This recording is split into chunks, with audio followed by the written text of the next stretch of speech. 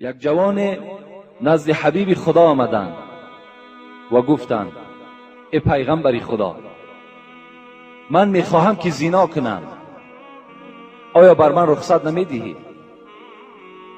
یاران پیغمبر که در اطراف پیغمبر نشسته بودند میگوید به نهایت غضبناک شدند، گفتند این پیغمبر خدا را مسخره میکنه و این نمیداند که پیغمبر خدا دائما به ضد زنا از آیه های کریمه صحبت میکند. میگه رسول اکرم که بسیار آدمی با صبر و مهربان بودند چیکار کردند؟ در حال جوان را گفتند نزد من نشین، گفتند نشست. گفت ای جوان، گفتند زنا میخواهی؟ گفت بله زنا میخواهم. گفت آیا میخواهی که با مادر تو کسی زنا کند؟ گفت نه ای پیغمبر خدا نمیخواهم. گفت میخواهی که با زن تو کسی زنا کند؟ گفت نمیخواهم. گفت میخواهی که با اپی تو کسی زنا کند؟ گفت نه نمیخواهم. میخواهی با خواهر تو کسی استراحت کند؟ گفت نه نمیخواهم. با خاله و با عمت میخواهی کسی استراحت کند؟ گفت نه نمیخواهم. گفت پس ای دادر عزیز، ای جوان عزیز، یقین دان که آن زنی که با تو استراحت میکند وی هم یا زن یا مادر یا دختری کدام برادری تو هست. این جوان میگد از جای خود خیست، گفت پیغمبری خدا در حق من دعا کن. رسول اکرم 3 دعا کردند. پروردگارا فرج این جوان را از زنا نگه بدار. پروردگارا دل این جوان را صاف و مجلا بگردان. پروردگارا گناهان این جوان مغفرت بگردان. آمین یا رب العالمین کردند. جوان از جای خود خیز گفت به خدا قسم در روی زمین از محمد دیده دیگر رفیق ندارم، از محمد دیده دیگر محبوب ندارم، بجز دوست من فقط و فقط محمد است، من وی را دوست می‌دارم. این جوان از پیش رسول اکرم فارغ شد. بسیار خوب می شود جوانای عزیز امروز از نظر کردن، امروز با این زنها یک جایه شدن، استراحت کردن، فقط خواهر و اپی ختان پیش نظر بیارید. از این عمل دور باشین، زیرا خداوندم در قرآن برای شما تذکر میدهد، یادآوری میکند ولا تقربوا الزنا انه کان فاحشه و ساء سبیلا. خدا در قرآن میگوید ای بندگان من، کسی دعوا میکند که بنده خدا هستم به زنا نزدیک نشو، زیرا زنا چی یک بدفعل و چی یک بدراهی هست. شما وقتی اگر زناکار شوین جوانای عزیز، دیگر شما حیات شیرین نمیبینید، شما دیگر با زنتان معامله خوب کرده نمیتانید، دیگر زنتان دوست نمیدارید، برای شما ان دخترهای کوچه محبوبتر میشود، شما دیگر با یک زن زندگی کرده نمیتانید، بلکه در حال روز به روز طلاقی تو زیاد شدن میگیرد. این بسیار اثرهای ناخوب دارد.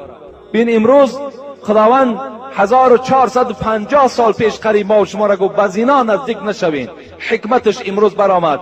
سپید کی درک داشت؟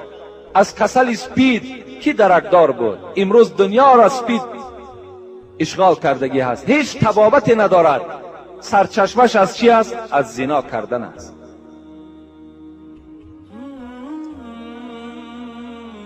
درود و رحمت خدا بر شما باد ای برادر عزیز و داملای شیرین بیان حاجی میرزا. سوال: آیا نام اساسی ابو هریره چی بود و چرا او را ابو هریره میگویند؟ ابو هریره که ما به نهایت نام این حضرت را زیاد میگیریم، نام اساسیش در زمانهای جاهلیت میگوید عبدالشمس نام داشت. عبدالشمس، شمس گفته آفتاب میگویند، یعنی بنده شمس. اون زمانهای جاهلیت کی بود؟ عبدالعزا میماندن، بنده بوت، همون بوتهایی که بودن همون به نامهای همونها میماندن، یعنی از خدا و از آخرت که درکدار نبودن، این گونه نامهای میماندن که یعنی فقط به همون خداهای خودشان چی بود؟ روانه بود. این ابو هریره در دوره های جاهلیت عبدالشمس نام داشت، بنده آفتاب. رسول اکرم وقتی که ایمان آوردن، یعنی سال 7 هجرت بود که ایمان آوردن، وقتی ایمان آوردن پرسیدن که تو چی نام داری؟ گفت من عبدالشمس نام دارم. گفت تو عبدالشمس نیستی، تو نامت عبدالرحمن است.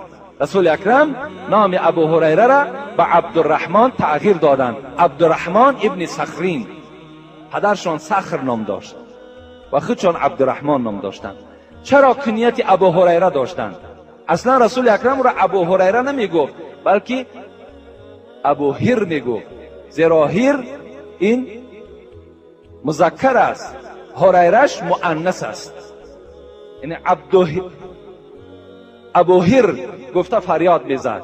کسی ابو هریرهش میگفت که مرا پیغمبر خدا ابو هر گفتند، از این خاطر ابو هر گوید مرا. و این نام از کجا پیدا شد؟ میگوید در آوان جوانیش این ابو هریره با پیشیک بسیار بازی میکرده است و گربه را به نهایت دوست می داشته است. این لقب، این کنیتش از جوانیش بوده است. یعنی بسیار که محبوب همین گربه کی بوده است. از این خاطر رفیقایی که همراه خود داشت با همین کنیت ابو هریره گفته آمده، حتی که دوره اسلام هم که آورد این لقبش گم نشد، بلکه ابو هریره باقی ماند. ابو هریره یکی از نفرهایی هست که ابن جوزی میگوید که در بین تمام صحابه ها یگانه ابو هریره حدیث زیاد حفظ میدانست و روایت کرده است.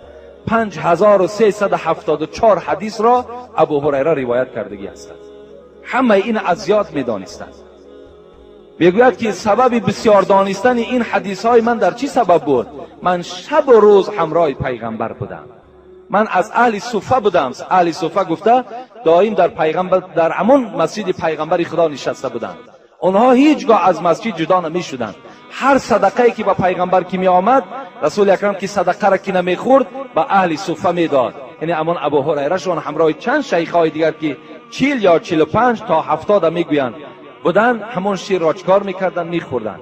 از سبب دانستن من میگوید زیاد حدیث این است که با پیغمبر خدا بودم، من کار دنیا نمیکردم. دیگر سببش این بود که ابو هریره نه زن داشت نه فرزند، بی زن و بی فرزند بودند. چنان حضرت محب پیغمبر بودند که میگوید چنان پیغمبر را دوست میداشتم که در رگ و در خونم محبتش چسبیده بود. از چهره پیغمبر میگوید هیچگاه سیر نمیکردم. 1 ساعت از پیغمبر جدا میشدم گویا که قیامت بر بالای من آمده باشد. نمیتونستم از پیغمبر جدا شدم. هر روز وظیفه میگد این بود که 12,000 بار استغفر الله میگفتم. 12,000 بار. یک رشته دراز داشت، میگوید که 1000 گره داشت، مثل تسبیح های امروزه ما و شما. استغفر الله استغفر الله استغفر الله میگفتم. پروردگارا به سوی تو توبه کردیم، به سوی تو توبه کردیم. شب میگوید آن شب برای من حرام بود که اگر با این رشته خود 1000 بار سبحان الله نمیگفتم. پاک هستی تو ای پروردگار. پاکی پروردگار را میگفتم، بعدا سرم میماندم خواب میکردم. این گونه محبوب خدا بودن. انا همین است سبب های ابو هریره بودنش. میگوید یک مادر سال خورده داشتند، بسیار مادر پیرانسال بود. چند بار دعوت میکردن، اسلام نمی آورد. باری میگوید ابو هریره میگوید وقتی دعوت کردم که مادر اسلام بیار، با محمد صلی الله علیه و سلم پیرو شو، میگوید چنان یک سخن ناسزای در حق محمد گفت که دیگر طاقت نکردم. از جایم خیستم، گریان به نزد رسول اکرم آمدم. گفتم ای پیغمبر، اگر دیگر نفر این سخن را میگفت و را پاره پاره میکردم، لیکن مادر من در شأن تو چنان سخن قبیحی گفت که من دیگر طاقت کردن نتانستم. خانه را ترک کردم. یا در حقش دعا میکنی خدا هدایتش کند، یا دیگر اون خانه من نمیرم. رسول اکرم دست برداشتن، گفتم پروردگارا مادر ابو هریره را اسلام عزت ببخش. آمین گفتند. ابو هریره میگوید گشته آمدم، نگاه میکنم که دروازه محکم است و شرشر آب میآید، ریختن آب. یعنی آدم وقتی نو مسلمان شود باید که غسل کند، باید آبازی کند. میگوید آواز آب می آمد، دروازه را تق تق کردم، در آمدم. گفت ابو هریره نزدیکتر نیا که من برهنه هستم، من آبازی کرده ایستادم. وقتی وای میگوید آبازی کرد، لباسهاش که در بر کرد، وقتی مرا دیدن برابر گفت اشهد ان لا اله الا الله اشهد ان محمدا عبده و رسوله. زمانی میگوید ایمان و اسلام در وجود مادر من تأثیر کرد. در پیش مادر میگه چگونه که یک لحظه پیش از سخن قبیح او گریه میکردم، این زمان چنان یک اشک شادی از چشم میریخت که گویا که فرزندی من از دنیا گذشته باشد. اینقدر گریه مرا میگه فرا گرفت و دستی مادر ما گرفته و نزد حبیب خدا آمدم. گفتم پیغمبر خدا بشارت باد که مادر ابو هریره ایمان آورد. دست برداشت گفت پروردگارا محبت ابو هریره، مادر ابو هریره را و فرزند او را در دل تمام امتان من محبتش را جایگیر کن. گفته و آمین کردند. امروز تمام دنیا مادر ابو هریره و خود ابو هریره را دوست می‌دارند و احترام می‌کنند. سلام علیکم اکای حاجی داملا عزیز و محترم. ما یک گروه اخلاصمندان شما از ناحیه کلخوزآباد، اول از خدای متعال برای شما تنصیحتی و سلامتی نیک و حفظ شما و شما بر اینها را از کل بدخواهان می‌خواهیم. آمین. بعدا ثبت‌های شما را بر دوام به صبرانه انتظاریم. اکای داملا ما در کسیت 49 شما را در باب نکاح درباره بعضی چیزها فهمیدیم. من گفتنیم که من از ناحیه آرجانکیزآباد زنگ گرفتم. در عین نکاح در پشت من سوزن سخت می‌کردند. اگر این عمل ناجایز باشد من از سر نو نکاح کنم یا نه؟ با احترام مخلص شما. این سوزن زدنم یک نوع بدعت است، یک نوع خرافات ها هستند. اینا از اسلام ما نیستند، مگر که اینا عرف و عادت همین مردم ما شدند که در پشت همان بچه را که نکاح میکنید سوزن میزنید. این هم هیچ معنی ندارد. نکردن هزارها بار افضل و بهتر است. لیکن این برادر در نکاحش ضرر زیان نه آمده است. یعنی این باید از سر نکاح نکند، بلکه امروز مادامی که دانست و فهمید بر دیگر برادرهایش تبلیغ کند که این عمل عملی نادرست است. باید که ما این عمل را ترک کنیم. اکای داملا التماس با این سوالهای من باز جواب گویید. بعضی آدمان 4 رکعت سنت پیشین را در خانه میخوانند و 4 رکعت فرض را در مسجد خوانده، بعدا باز 2 رکعت سنت را در خانه میخوانند. همین آدمانی که همین خیل نماز میخوانند خانهشان از مسجد 300-400 متر دور میباشد. آیا این عمل درست است یا نه؟ البته اگر سنت ها را ما و شما در خانه خوانیم خودش سنت است. زیرا رسول اکرم حدیث های مبارکش است که شما خانه هاتان به قبرستان مبدل نکنید. مقصد که یعنی در خانه هاتان نمازهای سنت خوانید، نمازهای نافله را در خانه خوانید و آمده فرض در نماز در مسجد جماعت کنید. این حدیث پیغمبر خداست. اگر مبادایی که کدام برادری که در مسجد هم که اگر سنت چه خواند این غلط هم نیست، این نادرست هم نیست، لیکن اگر رفته و در خانش هم که خواند این افضل تر است و یا باید ما و شما ملامت نکنیم. این خوب است. شما میتونین حتی در همین مسئله های فقه حنفی اینا مثلا گوری میری را تماشا کنین، میگوید که سنت بامداد باید در خانه خوانده شود. اگر مبادای در خانه خوانده نشد در راه خوانینش، در راه نشد بیرون مسجد خوانین، بیرون مسجد نشد پس یک استون مسجد خوانین تا که در صف شما سنت نخوانید. های اندازه تأکیدها آمدگی است. یعنی در خانه ما و شما نماز که خوانیم تمام جین و دیگرها از خانه ما و شما دور می شود با سبب نماز خواندن ما و شما. تقدیر چیست؟ انشاءالله اینجا تقدیر در سوال کردن من جمعه آینده در باب تقدیر با شما صحبت میکنم. 4م ختم خوجه چی درجه دارد و ختم قرآن چی درجه دارد. یعنی بغیر تقدیر 4 سوال کردن، 3 سوالش جواب میگیم. سوال یک سوالش که در باب تقدیر است جمعه آینده انشاءالله من جوابش میگم. ختم خوجه و ختم قرآن. البته ختم قرآن از ختم خوجه دیده افضلتر و بهترتر است. ختم خوجه را خدا رحمت کند استاد ما بابای مولا شریف که همه شما میشناسید. امون حضرت در همین محله ما ختم خوجه نمیکردند. مرحمت همون سفیدای محله وجود دارد. میگو مادامی که همین ختم که بجا آوردن نمیتوانند و برای ختم خوجه که مردم زیاد در کار است و مردم سوره علم نشرح را نمیدانند، سوره قل هو الله را درست خواندن، سوره اخلاص را درست خواندن نمیتوانند، از این خاطر یک نفر آدم همین سوره تبارک خواند 3 بار دیگه از پسش سوره اخلاص خواند، دعا کند، بس کفایت میکند. این افضل تر است میگفتند.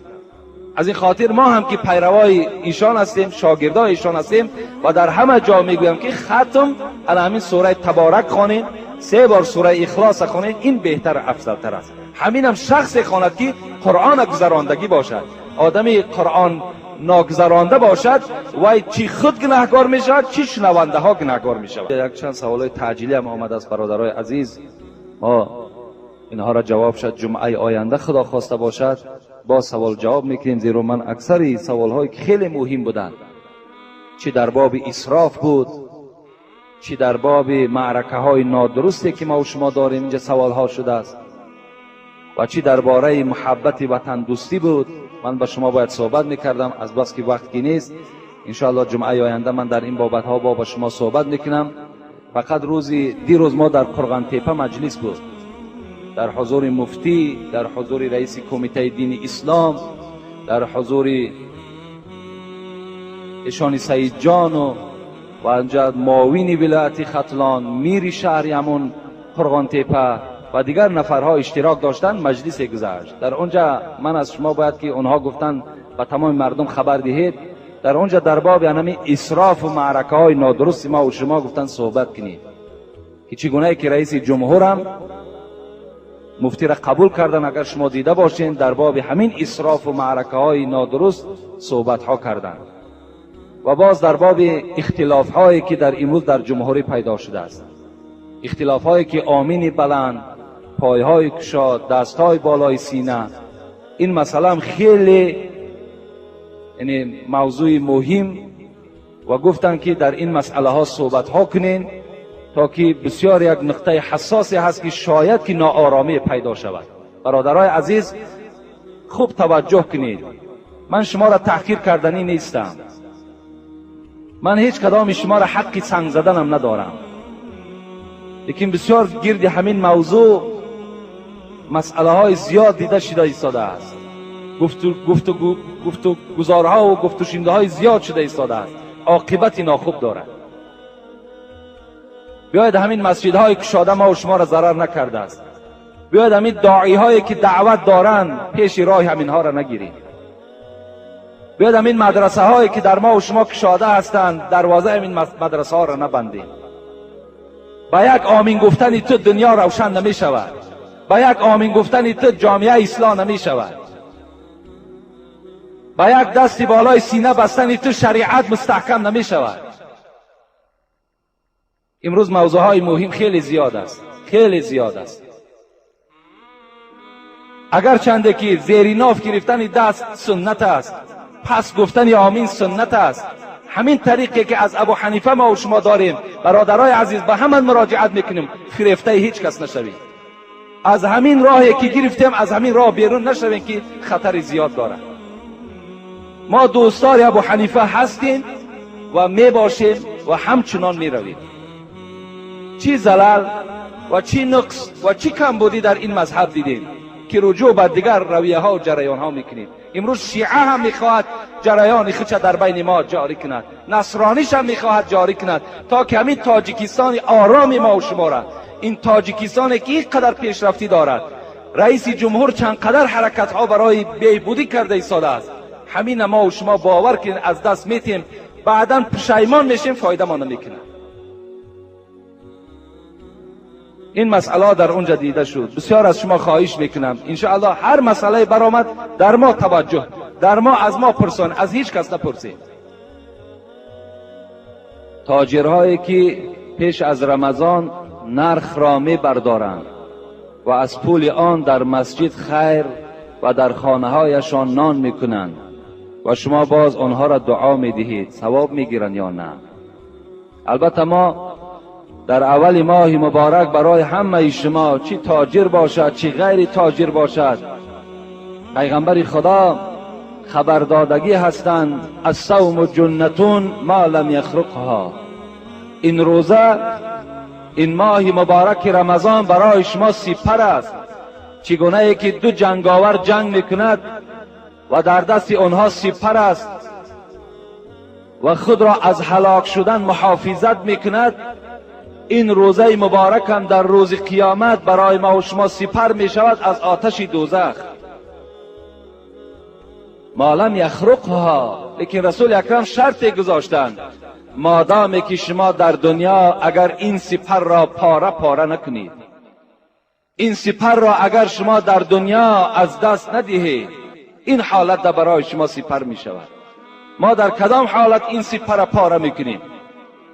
اگر جنگاور با زدن شمشیر سپر پاره کند، روزه ماه مبارک رمضان با غیبت پاره می شود.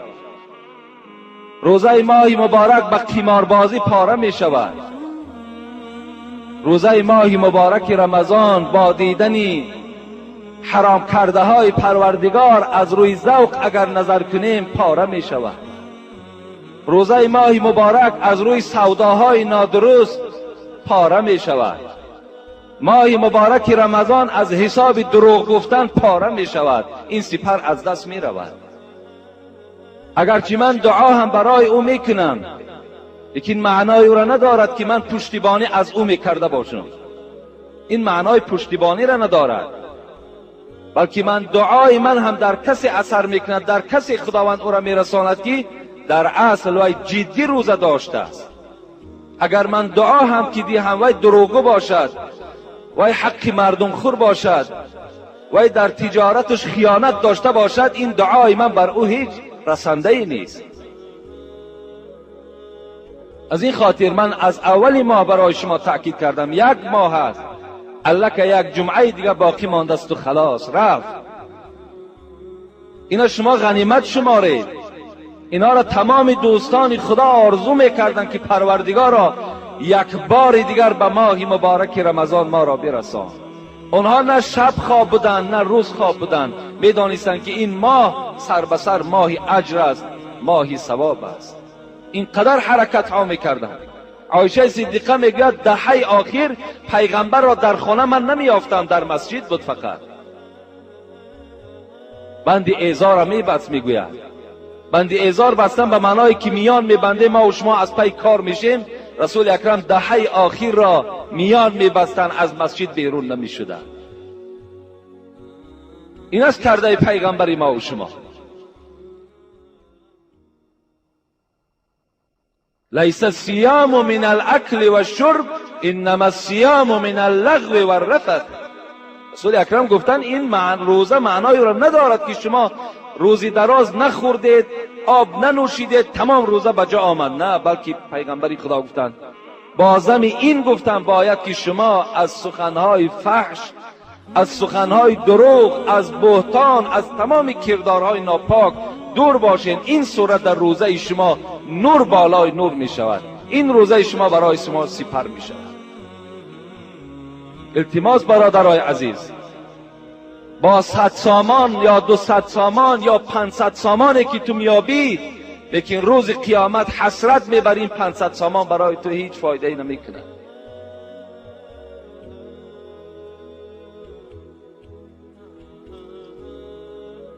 این سوالای تعجیلی بود، از الحال آمدن من جواب میگویم.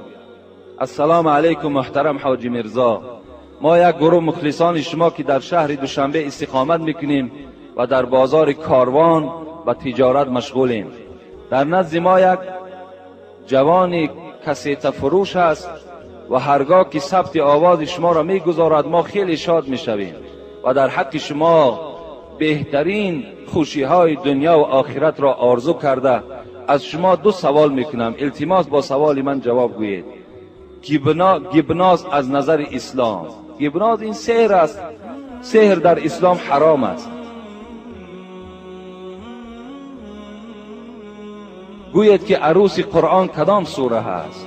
با احترام یک گروه صاحبکاران از بازار کاروان در همون 4 کتاب به فکرم که عروس قرآن سوره یاسین می گفتند، لیکن برای ما و شما قرآن همش عروس است.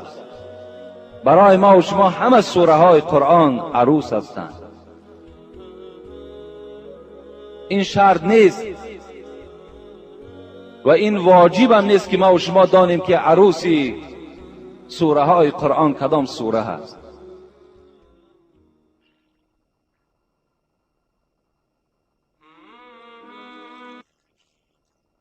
السلام علیکم محترم حاجی میرزا. ما یک گروه مخلصان شما از ناحیه باختر خواهش و التماس داریم که با سوال ما جواب گردانید. در دهه ما دو ملا وجود دارد. از بدبینی یکدیگر در مسجد از قفای یکدیگر نماز نمیخوانند.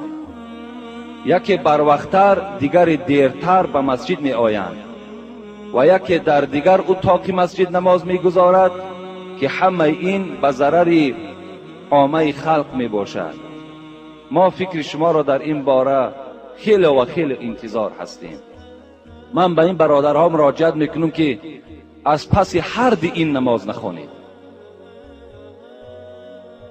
وقتی در یک مسجد باور کنین دو تا نماینده دین، دو تا شخصی که اینها باید در تمام مردم یک مثال باشند، تمام مردم باید که اینها را دیده عبرت گیرند.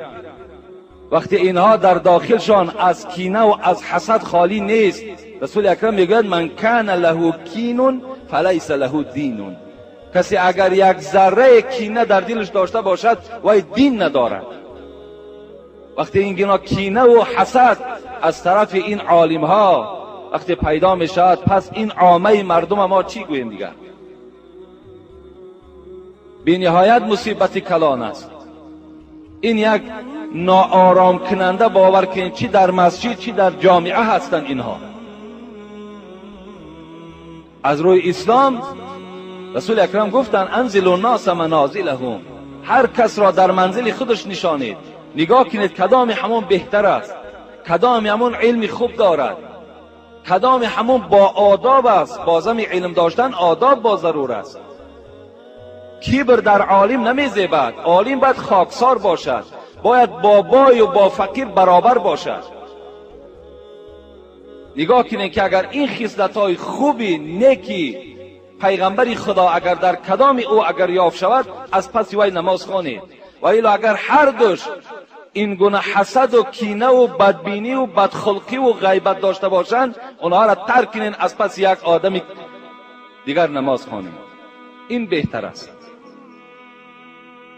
بسیار مصیبت کلان است باور کنید. حالی در اینجا یک سوال دیگر باز در همین بابم آمده است. در یک مسجد دو قوم، این جایز نیست، درست نیست. از این دیگر فتنه بزرگ هست. به نهایت خوب می شود که از پس هیچ کدام اونها نماز نخوانید.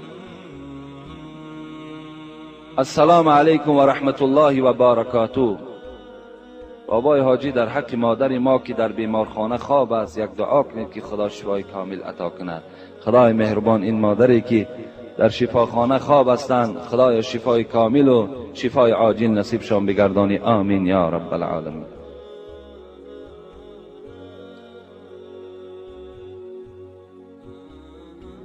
السلام علیکم داملای شیرین سخن. من یک چیز را پرسیدنیم. یکم فکر شما نسبت کرخت و کرختگران چیست؟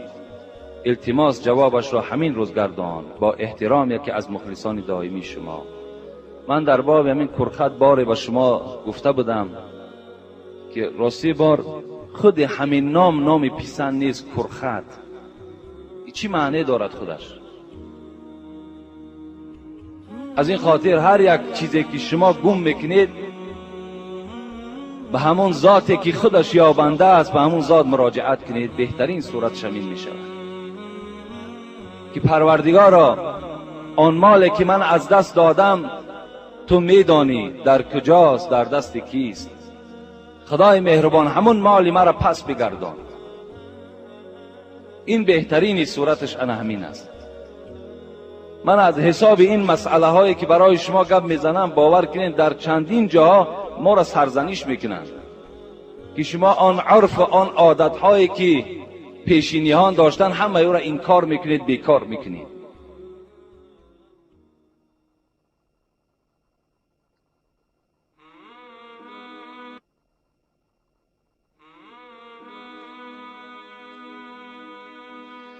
السلام علیکم داملای محترم. از شما خواهش دارم که همین سوالی مرا جوابش را گردانید که در ماه شریف رمضان خوردن تخم درست است یا نه؟ ایرا دائم سوال میکنند.